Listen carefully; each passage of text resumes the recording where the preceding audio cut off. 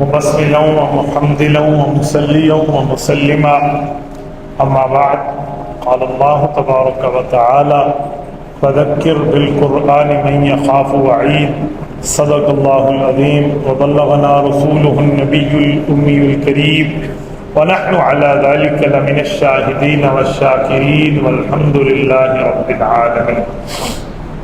میرے معزز دوستو، ربیع الثانی سن 1447 ہجری اپنی آبوتاب سے جاری ہے، اور نبی پاک صلی اللہ علیہ وآلہ وسلم کا تذکرہ ہم ربیع الاول میں تو بہت زیادہ کرتے بھی ہیں، سنتے بھی ہیں، سناتے بھی ہیں۔ جب ربیع الاول ختم ہو جائے تو بہت سے لوگ جو ہیں وہ دینی کام کے معاملات میں بالکل سلو ہو جاتے ہیں، بالکل پیچھے ہو جاتے ہیں۔ تو میں اسی متعلق چند معروضات آپ کی خدمت میں پیش کرتا ہوں۔ سب سے پہلی اور بنیادی بات کہ ہم رسول اللہ کی سیرت بیان کرنے کے لیے ربیع الاول کے مہینے ہی کو فکس کرنے والے نہیں۔ نبی علیہ الصلوۃ والسلام کی سیرت طیبہ کسی وقت بیان ہو سکتی ہے۔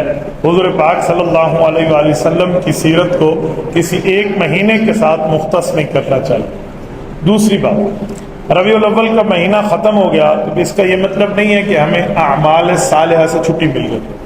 رسول اللہ صلی اللہ علیہ وآلہ وسلم کے تذکرے، حضور کے ذکر سے، حضور کے چرچوں سے چھٹی مل گئی، ایسا کچھ بھی نہیں ہے۔ بلکہ نبی پاک صلی اللہ علیہ وآلہ وسلم نے جو تعلیمات ہمیں دی ہیں وہ سدا بہار ہے، وہ کسی ایک مہینے کے ساتھ، کسی ایک وقت کے ساتھ، کسی ایک ٹائم کے ساتھ مختص نہیں ہے۔ حکیم الامت حضرت مولانا اشرف علی تھانوی رحمۃ اللہ علیہ کی خطبات ہیں، ان میں 5ویں جلد کی خطبات کا نام ہے خطبات میلاد النبی۔ حضرت تھانوی رحمۃ اللہ علیہ وہاں اس خطبات میں ایک جملہ بڑا پیارا ارشاد فرما رہے ہیں۔ وہ کہتے ہیں کہ حضور پاک صلی اللہ علیہ وآلہ وسلم کی دنیا میں آمد دیکھیں اور نبی پاک صلی اللہ علیہ وسلم کے دنیا سے جانے کو دیکھیں تو وہ ہمیں ملتا ہے کہ مہینہ ربیع الاول کا ہے۔ اسی مہینے میں حضور پاک دنیا میں آئے بھی ہیں اور اسی مہینے میں حضور پاک دنیا سے تشریف بھی لے گئے۔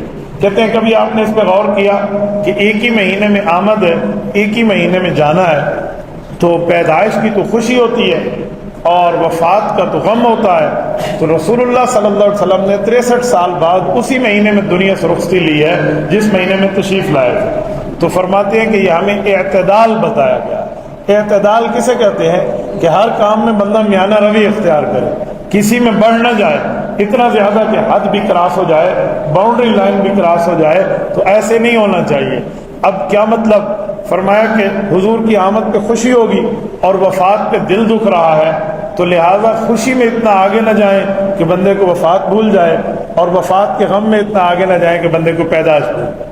تو دونوں میں مطلب برابری اختیار کرے، اور یہی ہے خیر الامور اوسطها، کہ جو بہتری ہے، بھلائی ہے، اچھائی ہے، ٹھیک کام ہے، تو خیر کے معاملات ہیں وہ اوسط درمیانہ معاملے میں ہے، میانہ روی میں ہے، اس کو ایسے ہی چلایا جائے۔ نبی پاک صلی اللہ علیہ وسلم کو جو امت ملی ہے، اس امت کو بھی خیر امت کہتے ہیں۔ کیوں؟ اس کی کئی وجہ ہیں۔ اس کی ایک وجہ تو یہ ہے کہ امت وسط ہے۔ امت وسط کا معنی یہ ہے کہ درمیانی امت ہے۔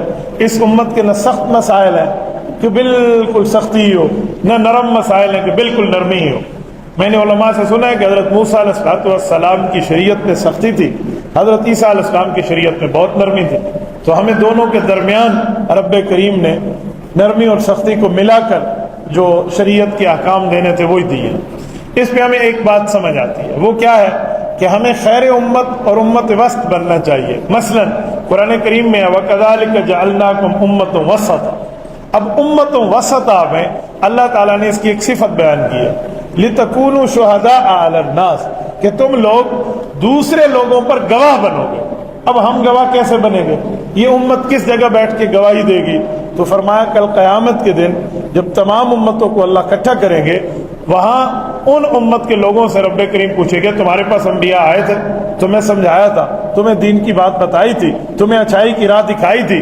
تو جو مانے گا مانے گا، کچھ لوگ ایسے بھی ہوں گے جو نہیں مانیں گے کہ جی ہمارے پاس تو کوئی نہیں آیا۔ تو پھر امت محمدیہ بولے گی کہ اللہ ان کے پاس نبی آئے تھے، ان کو کتاب بھی ملی تھی، یعنی احکام اور وہ صحائف، ان کو شریعت کی باتیں بھی آئی تھی، رسالت بھی تھی، لیکن ان نے مانا نہیں۔ تو وہ امت کہے گی امت محمدیہ کو، بھلا تم ہم پہ کیسے بول رہے ہو؟ تم تو آخری امت ہو، تم تو ہمارے دور میں تھے نہیں، تم نے ہمیں دیکھا نہیں، ہمارا دور پایا نہیں، تم ہم پہ گواہی دے رہے۔ تو امت محمدیہ جواب دے گی کہ جی ہاں، ہم اسی لیے گواہی دے رہے ہیں کہ گواہ اگر موجود ہو تب بھی گواہی دیتا ہے، اور اگر گواہ موجود نہ ہو، اس کو سچا بندہ خبر دے دے تو تب بھی گواہی دیتا ہے۔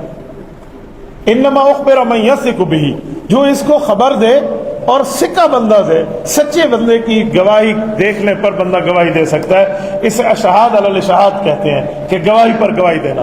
تو کہا ہمارے پاک پیغمبر ہمارے پاس آئے، ہمیں ہمارے نبی نے بتایا کہ ان امتیوں کے پاس انبیاء آئے تھے، انہیں سمجھایا تھا، انہیں بتایا تھا، انہیں دین کا مسئلہ سنایا تھا، انہیں نہیں مانا، تو ہم حضور پاک کی اس بات پہ ہم گواہی دے رہے ہیں۔ تو یہ امت وسط کا مقام ہے۔ گواہی پہ بات چلی تو میں ایک جملہ کہوں کہ لوگ کہتے ہیں بن دیکھے گواہی جائز ہے یا نہیں ہے۔ ہر جگہ بن دیکھے گواہی جائز نہیں ہے، لیکن بعض جگہ بن دیکھے بھی گواہی جائز ہے، وہ مخصوص جگہ ہیں۔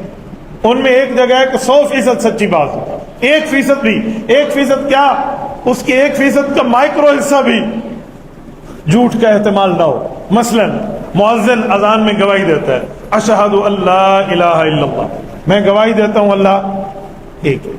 اشہد ان محمد الرسول اللہ، میں گواہی دیتا ہوں محمد صلی اللہ علیہ وسلم اللہ کے رسول۔ پڑھتے یا نہیں پڑھتے؟ یہی مکبر اقامت پہ کہہ رہا ہوتا ہے۔ تو نہ مؤذن نے اللہ کو دیکھا ہے، نہ مؤذن نے رسول اللہ کو دیکھا ہے، آج کے دور کے مؤذن، نہ مکبر نے اللہ کو دیکھا ہے، نہ مکبر نے اللہ کے رسول اللہ کو دیکھا ہے، گواہی کیوں دے رہا ہے؟ یہ اشہد ان لا الہ الا اللہ کیوں کہہ رہے ہیں؟ تو پتہ چلا ہمیں ہمارے نبی نے بتایا کہ اللہ ایک ہے اور میں آپ کے نبی ہوں، تو حضور کی سچائی پر ہم بن دیکھے گواہی دے رہے ہیں۔ صحابہ نے تو دیکھ کے دے دی نا، ہم نے تو نہیں دیکھی، تو ہم بن دیکھے گواہی دے رہے ہیں۔ یہ امت وسط ہے، امت شہداء ہے، امت کو یہ مقام ہے۔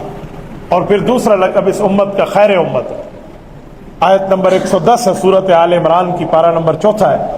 اللہ فرماتے ہیں کنتم خیر امت اخرجت للناس تأمرون بالمعروف وتنہون عن المنکر وتؤمنون باللہ۔ اس آیت کو اگر سمجھیں تو اس میں مقام صحابہ نظر آ رہا ہے۔ اللہ فرماتے ہیں کنتم خیر امت، کنتم آپ لوگ خیر امت، امت کے بہترین ہو۔ اس کو کہتے ہیں مضاف مضاف الیہ، خیر مضاف ہے، امت مضاف الیہ ہے۔ انگلش میں کہتے ہیں پوزیسو سینٹینس، یہ نسبت دی جا رہی ہے۔ تو خیر امت، تم امت کے بہترین ہو، یعنی ایک طرف پوری امت ہے اور ایک طرف بہترین امت ہے۔ تو بہترین امت سے مراد امت کے صحابہ کرام ہیں، حضور علیہ الصلوۃ والسلام کی جماعت ہے، جنہوں نے نبی پاک صلی اللہ علیہ وسلم کو دیکھا، رسول اللہ صلی اللہ علیہ وسلم پر ایمان لائے، تو یہ خیر امت ہے۔ کنتم خیر امت اخرجت للناس۔ پھر صحابہ کرام کی ڈیوٹی کیا بیان فرمائی کہ تم لوگوں کی نفر آسانی کے لیے نکالے گئے ہو۔ تأمرون بالمعروف، تم نے نیکی کا حکم کرنا ہے، تنہون عن المنکر، برائی سے روکنا ہے، وتؤمنون باللہ، اور رب پہ ایمان رکھنا ہے۔ یہ اس آیت سے مراد پوری امت بعد میں ہے، خیر امت صحابہ کا طبقہ پہلے ہے۔ میں نے حضرت حیدری شہید رحمۃ اللہ علیہ سے ایک جملہ سنا تھا، وہ ارشاد فرمایا کرتے تھے کہ پوری امت امت ہے، صحابہ خیر امت ہے۔ خیر امت کا معنی امت کے بہترین طبقہ ہے، تو پھر ان کی اتباع میں جو یہ کام کرے گا تو وہ بھی خیر امت کے ثواب میں شامل ہو جائے گا۔ اصل وہی ہے۔ اور ان کا کام کیا تھا؟ تبلیغ کے ساتھ، تعلیم کے ساتھ، تدریس کے ساتھ، ترغیب کے ساتھ، ترہیب کے ساتھ، جہاد کے ساتھ، خانقاہی معاملات جسے آج کل ہم تصوف کہتے ہیں، دل کی اصلاح کے ساتھ لوگوں کو اپنی طرف بلانا۔ حضرت ابو ہریرہ رضی اللہ عنہ اس آیت کی تفسیر فرماتے ہیں، امام ابن کثیر نے تفسیر ابن کثیر میں ذکر کیا، فرمایا نحن خیر الناس للناس فیما نسوقهم بالاغلاق الى الاسلام، کہ ہم بہترین امت ہیں کیونکہ میدان جہاد کے اندر جب کافروں کے فوجی گرفتار ہو جاتے ہیں تو ہم انہیں پکڑ کے ہتھکڑیوں میں اپنے پاس لاتے ہیں، اور پھر وہ ہمارا اخلاق دیکھتے ہیں تو حضور پاک کے دامن سے وابستہ ہو جاتے ہیں۔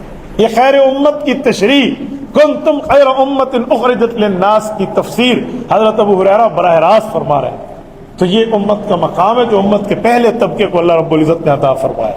تو میں نے بات چلائی تھی آپ کی خدمت میں کہ ربیع الاول صرف نہیں ہے کہ ہم اسی میں سیرت کی بات سنیں گے، اسی میں سیرت کی بات کریں گے، اسی میں رسول اللہ صلی اللہ علیہ وسلم کے احکامات پہ عمل کریں گے، اور جب ربیع الاول گزر جائے گا پھر ہم ویسے کے ویسے ہو جائیں گے۔ جی نہیں، جس طرح رمضان المبارک میں اللہ کی نافرمانی سے بچیں گے، بعد کے مہینے میں نافرمانیاں شروع کر دیں غلط ہے، اسی طرح رمضان المبارک کے ساتھ ساتھ ہم نے ربیع الاول میں حضور پاک کی سیرت پر بات کی ہے، تو اس سیرت پہ عمل ہمارا 24 گھنٹے ہونا چاہیے، 12 مہینے ہونا چاہیے۔ ہم سدا بہار شریعت کے قائل ہیں، کوئی ایک مہینہ، کوئی ایک وقت، کوئی ایک علاقہ، کوئی ایک لمحہ، کوئی ایک معاملہ، کوئی ایک قوم، کوئی ایک قبیلہ، کوئی ایک وجہ نہیں ہے، بلکہ رسول اللہ صلی اللہ علیہ وسلم قیامت تک کے لیے نبی ہے، اور ہم نے اس پہ خود بھی عمل کرنا ہے اور آگے بھی عمل کرانا ہے، اپنی اولاد کو، اپنی ازواج کو، اپنی اخوات کو، اپنے اخوان کو، اپنے اشراط قبیلے کو، جسے کہتے ہیں بہن کو، بھائی کو، بیٹیوں کو، بیٹوں کو، اپنی بیویوں کو، اپنی امی کو، اپنے ابا کو، گھر میں جا کر دین کی بات ہم سمجھائیں، بتائیں۔